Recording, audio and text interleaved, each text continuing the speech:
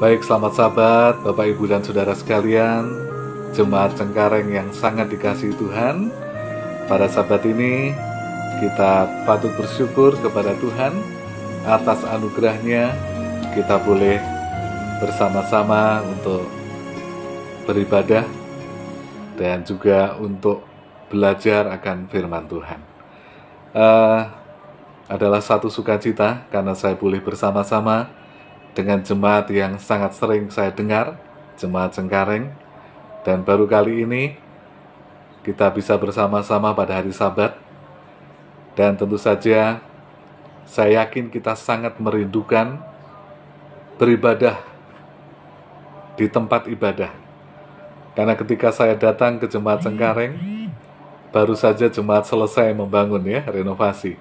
Tetapi setelah beberapa saat beribadah, ada pandemi yang akhirnya tidak dapat digunakan lagi. Dan tentu saja kita sangat rindu masa-masa sulit ini segera akan berakhir. Kita boleh beribadah di rumah Tuhan dengan penuh sukacita.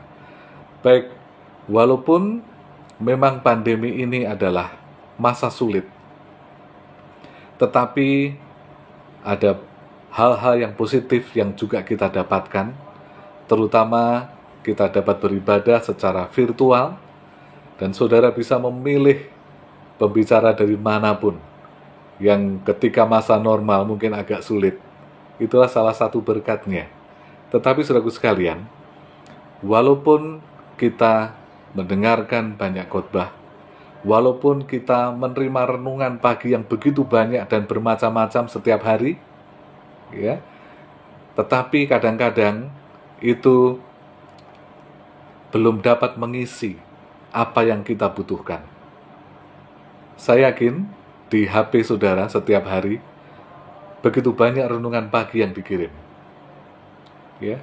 dan juga begitu banyak khotbah-khotbah yang dapat kita ambil. Tetapi saudaraku sekalian, ada satu hal yang ternyata tidak dapat digantikan oleh khotbah-khotbah pendeta. Ada satu hal yang tidak dapat digantikan oleh semua renungan-renungan yang baik-baik. Dan satu hal itu adalah hubungan pribadi kita dengan Tuhan. Hubungan pribadi yang dapat hanya kita akses melalui doa, dan satu lagi melalui membaca secara pribadi firman-Nya, merenungkan firman itu, dan juga menghidupkannya. Saudaraku sekalian yang terkasih dalam Tuhan, namun demikian, semua khotbah yang telah disusun dengan sangat baik oleh para pengkhotbah terkenal, seringkali itu belum dapat memenuhi kebutuhan rohani kita. Tetapi dengan membaca secara pribadi, dengan merenungkan secara pribadi, itu akan membuka hati kita, menemukan mutiara-mutiara kebenaran, yang walaupun ketika kita membacanya, mungkin kita tidak mengerti. Pasal ini gak menarik ini. Pasal ini gak sesuai dengan kebutuhan saya. Tetapi saudaraku sekalian, ternyata bisa jadi melalui satu kalimat yang ada di pasal itu, Tuhan ingin berbicara kepada kita. Dan ternyata itu adalah kebutuhan utama kita. Bahkan melalui khotbah seperti ini, mungkin khotbahnya tidak menarik, hal yang disampaikan biasa-biasa saja. Tetapi jangan lupa, firman Tuhan tidak pernah lewat begitu saja. Tuhan selalu berbicara kepada umat-Nya. Dari mungkin ribuan kata yang disampaikan pengkhotbah, Tuhan sudah siapkan satu kalimat pendek yang Tuhan siapkan untuk kita, agar kita dapat memperoleh berkat dari firman itu. Sahabat, ini kita akan fokus kepada Mazmur pasal 74. Kita semua punya Alkitab, kita boleh membukanya. Kita akan fokus ke Mazmur pasal 74. Mazmur 74 ini pun bukanlah Mazmur yang disukai oleh banyak orang.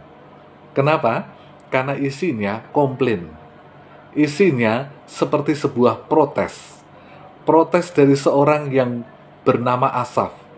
Asaf adalah pemimpin biduan. Asaf adalah musisi. Asaf komplain kepada Tuhan karena dia mendapati menurut pemikirannya ada hal-hal yang tidak sepatutnya terjadi. Ada ketidakadilan yang terjadi. Asaf memiliki banyak pertanyaan yang disampaikan kepada Tuhan. Tentu saja kita tidak suka mendengarkan komplain seseorang. Tetapi hari ini kita akan mencoba menggali lebih dalam. Mengapa Asaf ini komplain kepada Tuhan? Mengapa dia menyampaikan pertanyaan-pertanyaan kepada Tuhan? Saudaraku sekalian, dan renungan siang ini saya beri judul Keyakinan di dalam Krisis. Kenapa? Karena kita masih dalam krisis. Kita masih di tengah-tengah pandemi, ya. Dan kita akan mendapatkan pelajaran yang menarik dari seorang bernama Asaf. Sebelum kita lanjutkan, mari kita tunduk kepala dan berdoa. Bapa kami yang bertahta dalam kerajaan sorga, terima kasih untuk Sabat yang indah yang Tuhan siapkan bagi kami. Kami telah membuka Alkitab kami, dan mata perhatian kami tertuju kepada Mazmur pasal 74. Roh Kudus menolong kami untuk mendapatkan pelajaran rohani dari Mazmur ini, agar kami boleh tetap bertumbuh di masa-masa sulit yang sedang kami hadapi. Terima kasih ya Bapa, mengampuni kami dalam nama Tuhan Yesus. Amin. Baik saudaraku sekalian, mari kita langsung membuka Mazmur 74 ayat yang pertama. Ayat yang pertama, kita buka Alkitab kita semua. Saya akan bacakan, saudara mengikuti dalam hati. Mazmur 74 ayat 1. Nyanyian pengajaran Asaf. Mengapa ya Allah, kau buang kami untuk seterusnya? Mengapa menyala murkamu terhadap kambing domba gembalaanmu?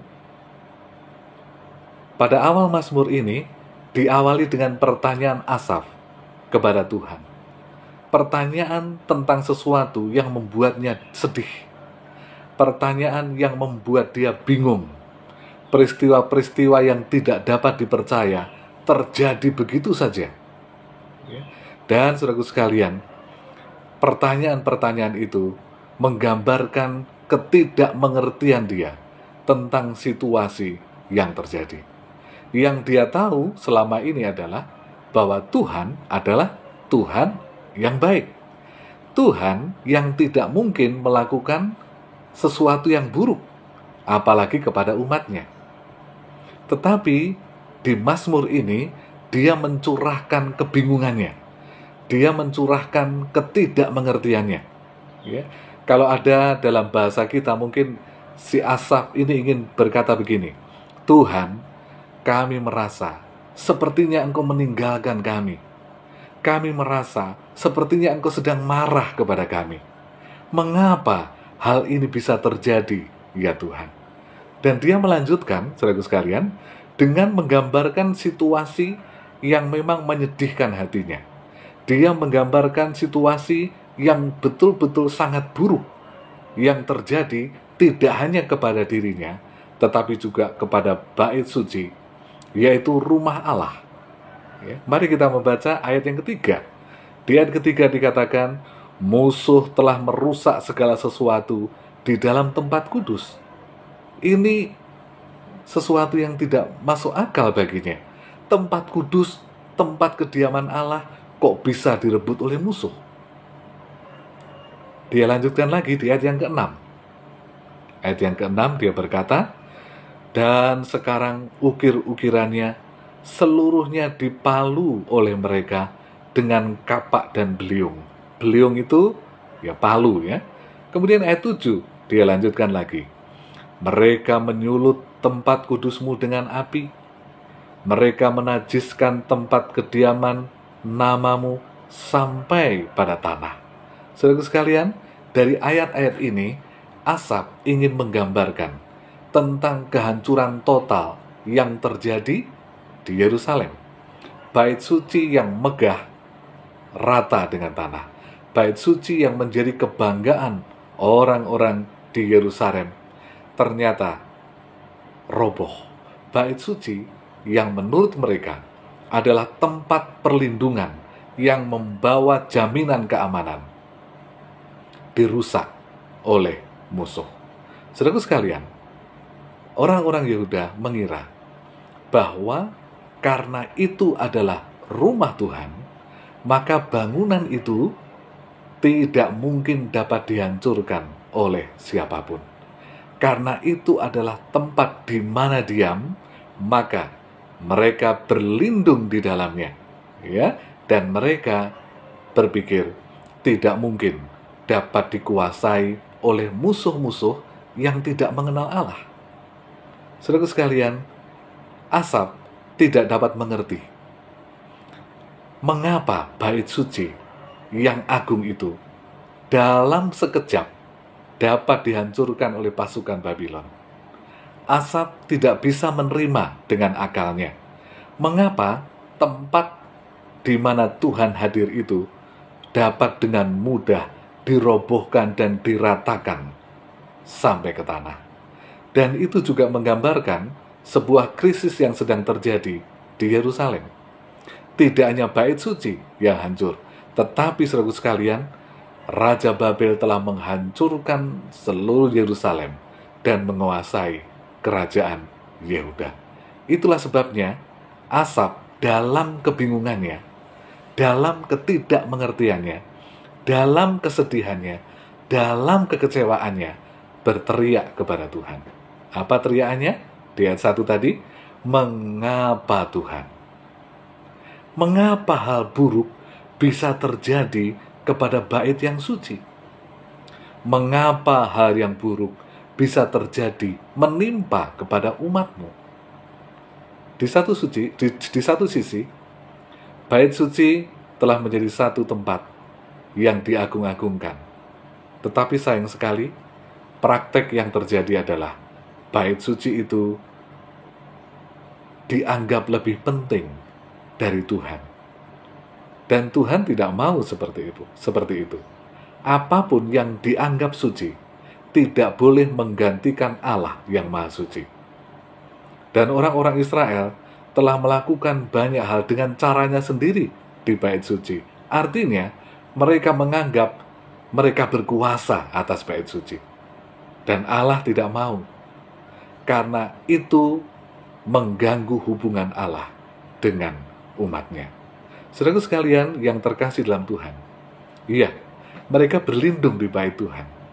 Tetapi tidak berarti ketika berlindung kepada Tuhan di bait Tuhan, artinya hal-hal buruk tidak boleh terjadi. Dan ini juga yang terjadi kepada kita orang Kristen.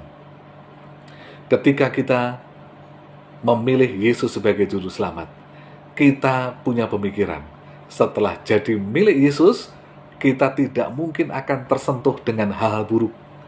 Kita tidak akan mungkin tersentuh dengan hal-hal yang jahat. Tuhan pasti melindungi, dan kita tidak akan pernah kena sakit, kita tidak akan pernah kena krisis, dan sebagainya. Tetapi, saudaraku sekalian, Mazmur pasal 74 memberikan pengajaran kepada kita bahwa kalaupun kita berlindung kepada Tuhan, bukan berarti kita terbebas dari segala kesusahan. Yang menjadi pembeda adalah ketika kita ada di dalam Tuhan dan kesusahan itu tetap menjadi bagian kita, ada jalan keluar yang Tuhan tunjukkan. Ada penyertaan Tuhan agar kita dapat melewati masa sulit itu dengan kemenangan. Tuhan ingin kita menang menghadapi masa-masa sulit. Itulah sebabnya ketika Yesus di dunia ini, dia juga tidak bebas dari pencobaan. Bahkan setiap saat hidupnya dipenuhi dengan pencobaan. Tetapi kebergantungannya kepada Allah Bapa membuat dia sanggup melewati setiap kesulitan. Itulah yang ingin diajarkan kepada kita. Kalaupun kesulitan-kesulitan hidup tetap menjadi bagian umat-umat Allah. Kalau kita bergantung kepadanya, selalu ada jalan keluar. Saudara sekalian yang terkasih dalam Tuhan, jemaat Cengkareng yang sangat saya kasihi, bukankah sebagai umat Tuhan saat ini kita juga dilanda kebingungan? Ya, kita ini kan rajin beribadah, kita ini kan setia, tetapi bagaimana mungkin COVID-19 juga dapat menyentuh kita?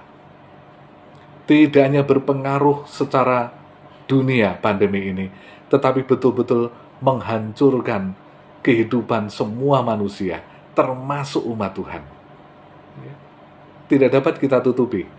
Ada banyak yang harus dikurangi jam kerja, ada banyak yang harus kehilangan kerja, bahkan sesuatu yang mungkin sulit kita terima adalah kenapa umat Tuhan juga ada yang terpapar virus ini. Bahkan harus ada yang meninggal karena virus, sehingga harus dimakamkan tanpa kehadiran keluarga, tanpa kehadiran saudara-saudara sejemaat. Itu menjadi pertanyaan bagi kita, mengapa Tuhan izinkan seperti ini terjadi? Saudaraku sekalian, mungkin bukan karena virus saja. Ada banyak hal yang mengganggu pemikiran kita. Sebagai umat Tuhan, saudaraku sekalian, kita juga menghadapi masalah-masalah yang secara nalar seharusnya tidak terjadi. Kita menghadapi banyak masalah yang seharusnya kita tidak harapkan. Ada banyak beban berat yang tidak ada hubungannya dengan pandemi, yang mungkin sekarang ini sedang kita tanggung, sedang kita rasakan. Dan kita bertanya, mengapa Tuhan? Mengapa Tuhan membiarkan hal ini terjadi? Saudaraku sekalian yang terkasih dalam Tuhan, satu hal yang ingin saya sampaikan hari ini. Ketika kita bertanya, mengapa kepada Tuhan? Kira-kira kita berdosa apa enggak? Saudaraku sekalian, ternyata itu bukan dosa. Ketika kita bertanya kepada Tuhan, mengapa ini terjadi Tuhan? Itu bukan dosa. Kenapa? Karena Ayub juga menanyakan hal yang sama. Ketika semua miliknya habis dalam sekejap, anak-anaknya, harta bendanya, bahkan penyakit yang sangat mengerikan pun dia harus alami. Dia juga bertanya kepada Tuhan. Dan saudara tahu berapa banyak pertanyaan yang disampaikan oleh Ayub kepada Tuhan? Di masa-masa sulit itu, Ayub mengajukan 20 pertanyaan yang isinya mengapa. 20 mengapa dia ajukan kepada Tuhan. Kenapa? Karena dia bingung apa yang terjadi. Apa yang terjadi membuat dia tidak mengerti mengapa Tuhan izinkan semua terjadi kepadanya dalam sekejap. Karena dia adalah orang yang saleh. Dia adalah orang yang takut akan Tuhan. Tetapi semua berubah begitu mendadak dan dia tidak mengerti.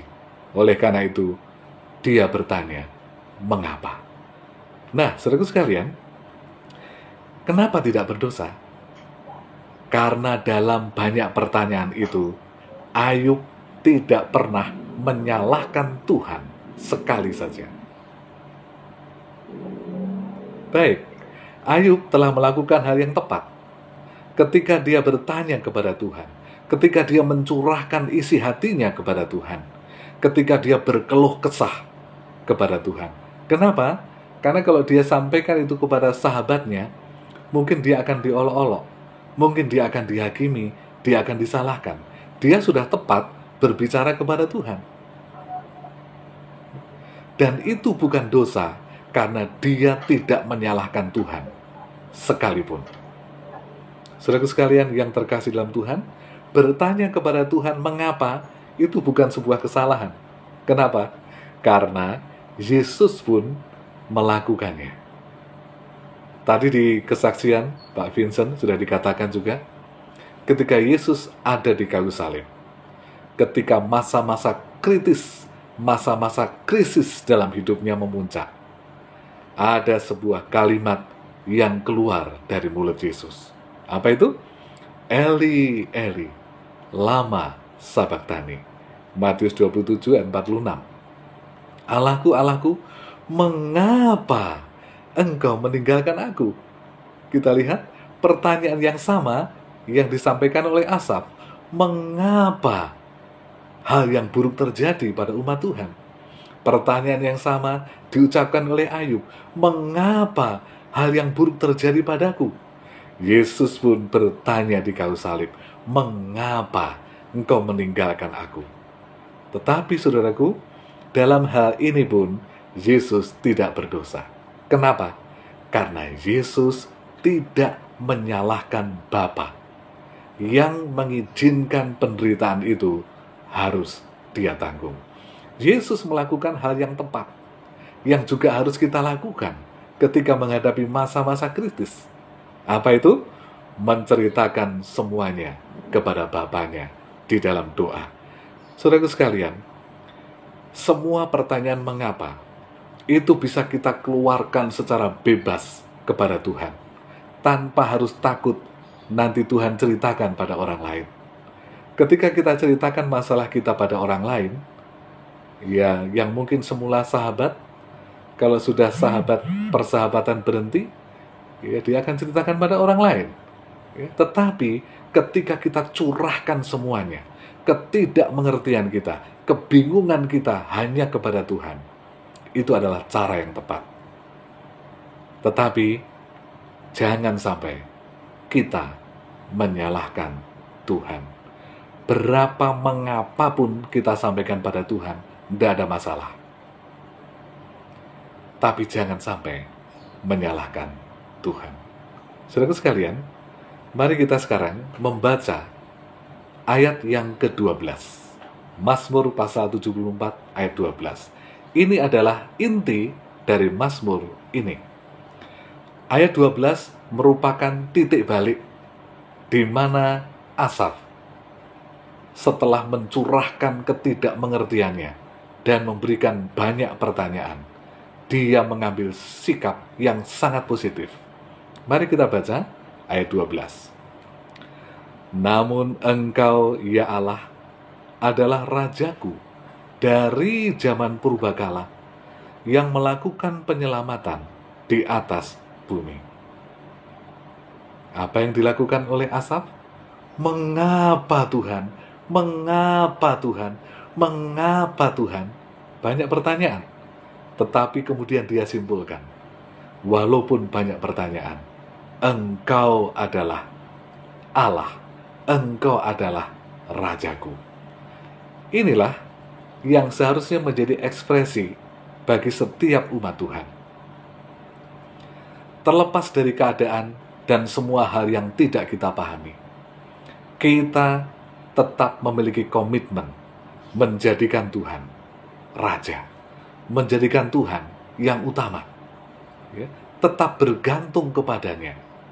Itulah sebabnya Asaf katakan, namun Tuhan adalah Rajaku. Walaupun aku tidak mengerti apa yang terjadi, Tuhan adalah Rajaku.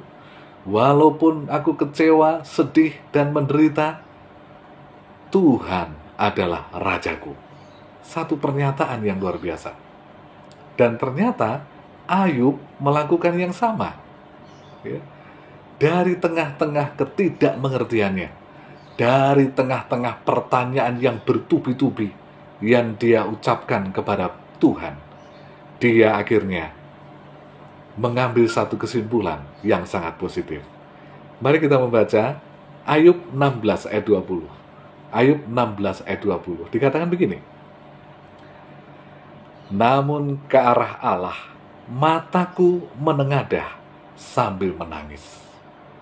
Ayub nggak ngerti apa yang terjadi, penderitaannya tidak dapat digambarkan, tetapi gantinya dia menyalahkan Tuhan.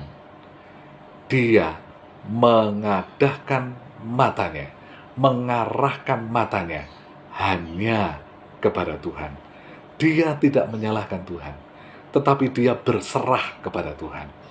Dia tidak peduli apa kata sahabat-sahabatnya, bahkan apa kata istrinya. Yang dia pedulikan adalah memandang kepada Tuhan. Tuhan adalah rajanya. Ternyata saudara sekalian, Yesus juga mengalami hal yang sama, ya. Itulah sebabnya tadi kita sudah membaca, ketika dia mengalami penderitaan yang tidak dapat digambarkan dengan kata-kata. Ketika dia berteriak dengan sangat keras, sehingga semua orang di Golgota itu mendengar teriakannya. Eli, Eli, lama sabachthani. Tuhan, Allahku, Allahku, mengapa engkau meninggalkan aku?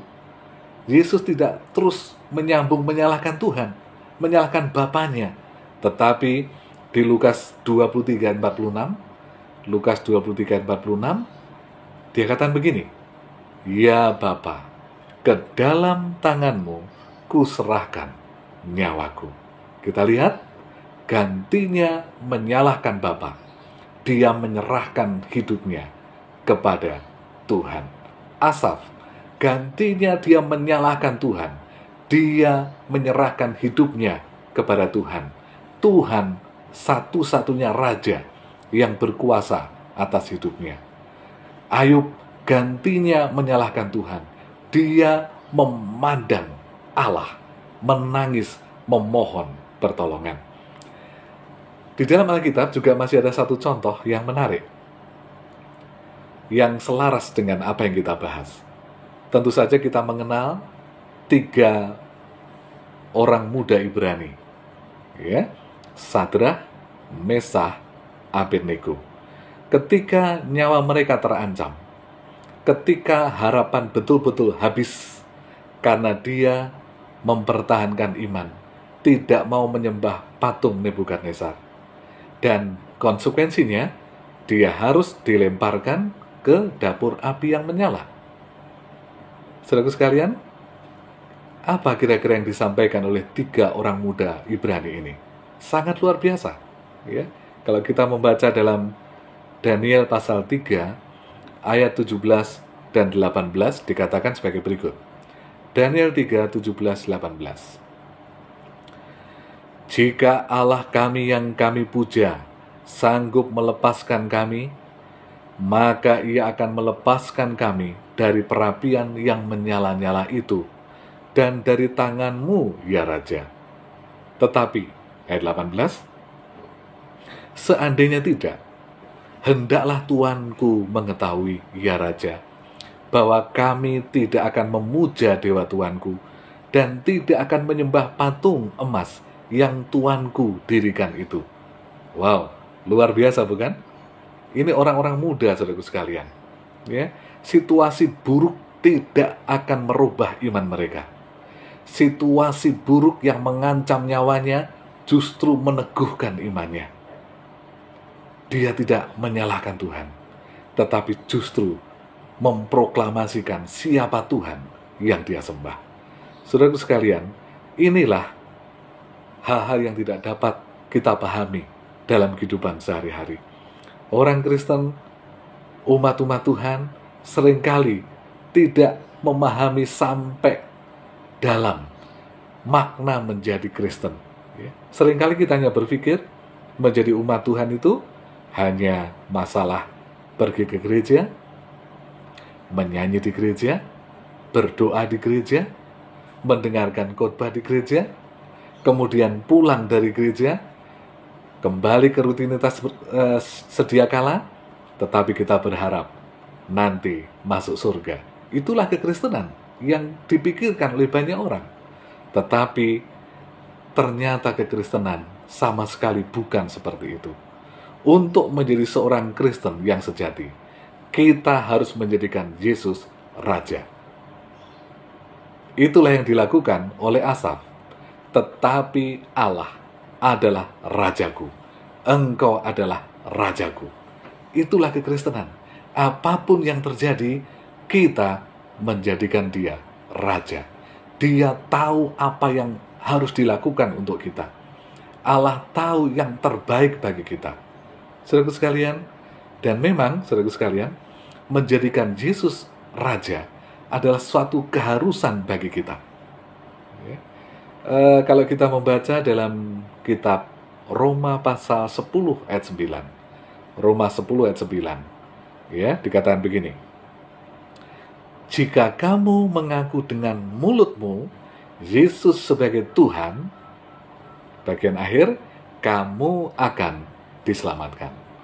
Ternyata jadi orang Kristen yang sejati adalah membuat komitmen Yesus adalah Tuhan, Yesus adalah Raja, Yesus adalah yang punya kuasa, dan itu akan menyelamatkan. Seburuk apapun peristiwa yang kita alami, Yesus adalah Raja. Iman kita tidak boleh dibeli dengan apapun untuk menyangkal Yesus adalah Raja. Kenapa? Karena dengan mengakui Yesus adalah Tuhan, ada jaminan keselamatan di dalamnya.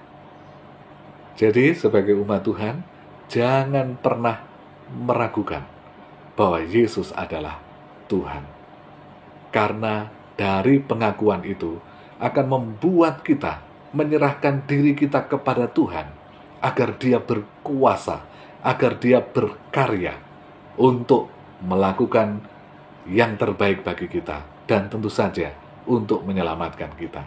Saudara sekalian, apakah kita memiliki komitmen yang sama tentang Tuhan, seperti yang Sadrah, Mesah, dan Abednego telah lakukan? Seandainya Tuhan mengizinkan kita melewati masa atau situasi yang tidak baik seperti Sadrah, Mesah, Abednego, apakah saya dan saudara tetap mengatakan Yesus adalah Raja, Tuhan adalah Raja? Saudaraku sekalian, akankah kita tetap mencintai Yesus jika situasi berubah menjadi hal yang tidak kita harapkan? Apakah Yesus tetap kita anggap sebagai Tuhan, sebagai Juru Selamat, sebagai Allah yang Maha Kasih ketika Dia mengizinkan kita masuk ke dalam dapur api pencobaan? Saudara sekalian, masalahnya terletak kepada pemikiran kita tentang kapan Tuhan itu dianggap sebagai Tuhan yang baik. Seringkali kita merasa bahwa Tuhan itu baik karena semua hal yang luar biasa yang kita butuhkan disediakan dalam hidup kita. Tuhan itu baik. Sehingga dalam gereja kita seringkali ada slogan, ya, God is good. Akhirnya jemaat menjawab all the time, ya, untuk selama-lamanya. Kemudian jemaat menjawab Allah itu baik.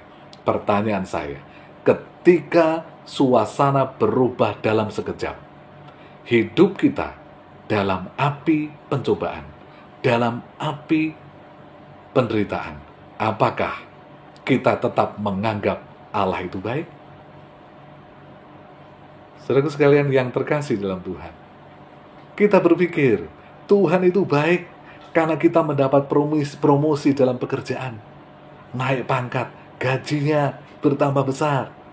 Pertanyaan saya, ketika kita kehilangan pekerjaan, apakah kita tetap menganggap Allah itu baik? Tuhan itu baik karena kita bertemu dengan pasangan hidup, ya, yang akhirnya menjadi istri atau suami. Orang-orang muda, Tuhan itu baik karena Tuhan nanti akan mempertemukan Anda dengan orang-orang yang dicintai untuk menjadi pasangan. Pertanyaan saya, apakah ketika setelah menikah ternyata banyak penderitaan, ya, ternyata tidak semudah yang dibayangkan, ternyata kesulitan-kesulitan muncul, ya, kebutuhan-kebutuhan tidak dapat dipenuhi semuanya. Pertanyaan saya, apakah tetap menganggap Allah itu baik? Saudara-saudara sekalian, Tuhan itu baik karena kita mengetahui bahwa memang Tuhan itu baik. Walaupun situasi memburuk, Tuhan tetap baik. Jika kita mau belajar dari Ayub, dari Asaf, dan dari 3 orang Ibrani tadi, kita mendapati kesimpulan sebagai berikut. Tuhan itu baik. Bahkan jika Tuhan meminta kita berjalan melalui situasi yang sulit. Kenapa? Karena semuanya itu akan mengajari kita untuk iman kita menjadi semakin kuat. Yang kedua, Dia akan tetap baik. Bahkan jika kita tidak mendapatkan pekerjaan yang kita anggap itu paling cocok dan sudah pas, Tuhan itu tetap baik. Walaupun kita mungkin sekarang kehilangan pekerjaan atau bahkan dikurangi jam kerja kita, Dia tetap baik. Mengapa? Karena Dia sedang berkarya untuk menyiapkan pekerjaan yang lebih baik, yang terbaik. Dan di dalam pekerjaan itu membuat kita tetap dekat dengan Tuhan, tetap setia kepadanya. Dia akan tetap Allah yang baik, meskipun pencobaan dan kesulitan, penyakit, dan hari-hari yang kita alami tampaknya semakin buruk. Mengapa? Karena Dia bersama dengan kita untuk merasakan semua yang kita alami, dan Dia mendampingi kita, tidak pernah melepaskan kita. Ya, Dia ingin kita kuat berjalan bersama dengan Dia.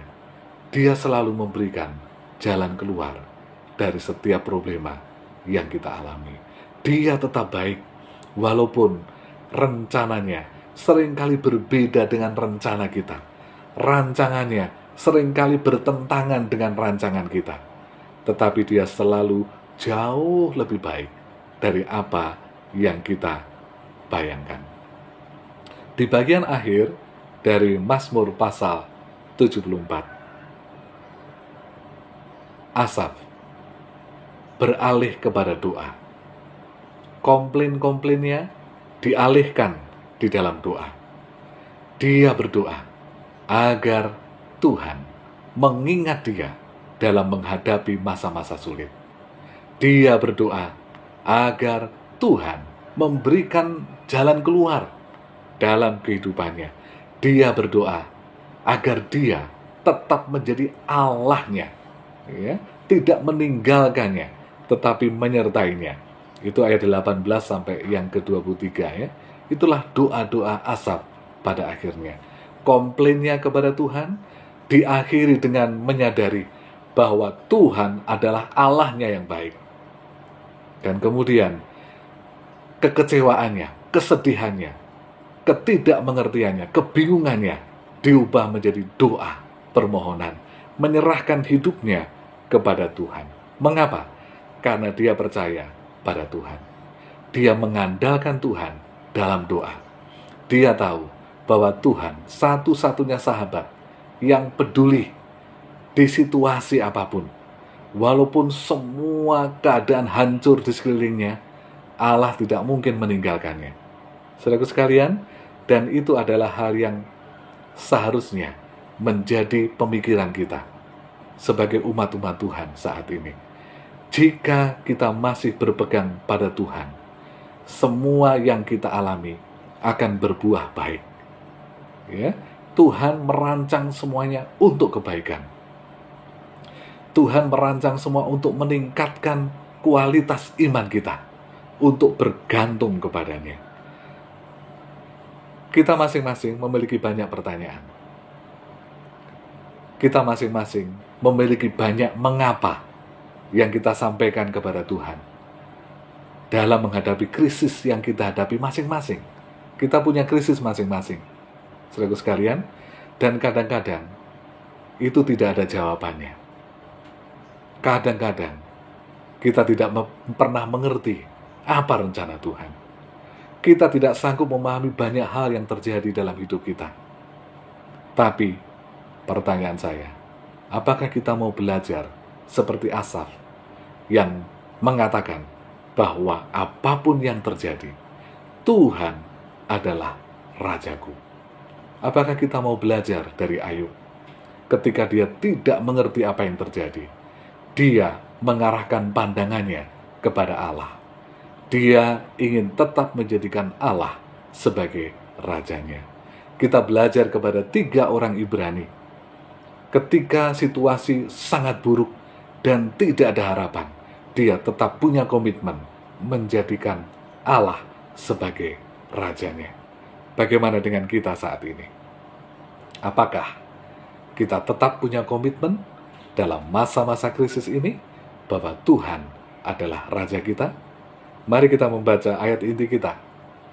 Dan mari kita ucapkan sama-sama seperti yang Asaf katakan. Di tengah-tengah ketidakmengertian kita, di tengah-tengah banyak problema kita, di tengah-tengah banyak pergumulan kita, kita katakan kepada Tuhan, ya. Mazmur 74 ayat 12. Kita baca sama-sama. Namun Engkau ya Allah adalah rajaku dari zaman purbakala yang melakukan penyelamatan di atas bumi. Dia adalah raja sejak zaman kekekalan.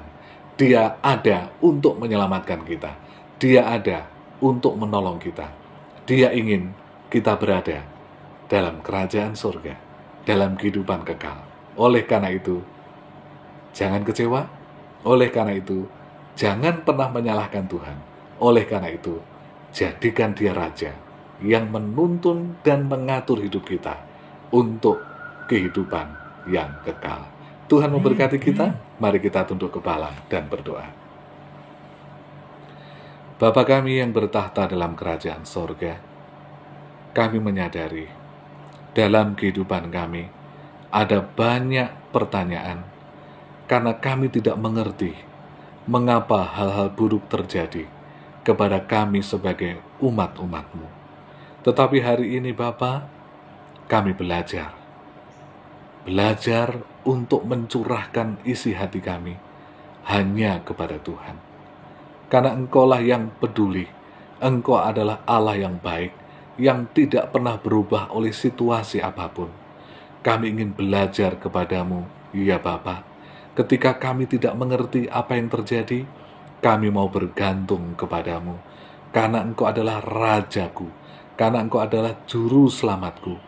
Padamu ada keselamatan. Kami ingin belajar, memiliki komitmen yang kuat. Apapun yang terjadi, Engkau adalah Allahku. Engkau adalah Rajaku. Berkati umat-umat Tuhan di Jemaat Cengkareng.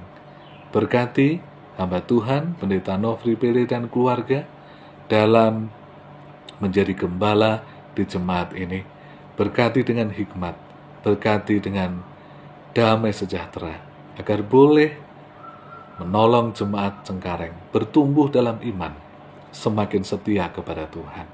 Di masa-masa sulit ini Bapa, kami berdoa khusus untuk tua-tua jemaat, berkati secara khusus, agar tetap dapat menjadi alat bagi Tuhan, menolong jemaat Cengkareng, setia di dalam Tuhan.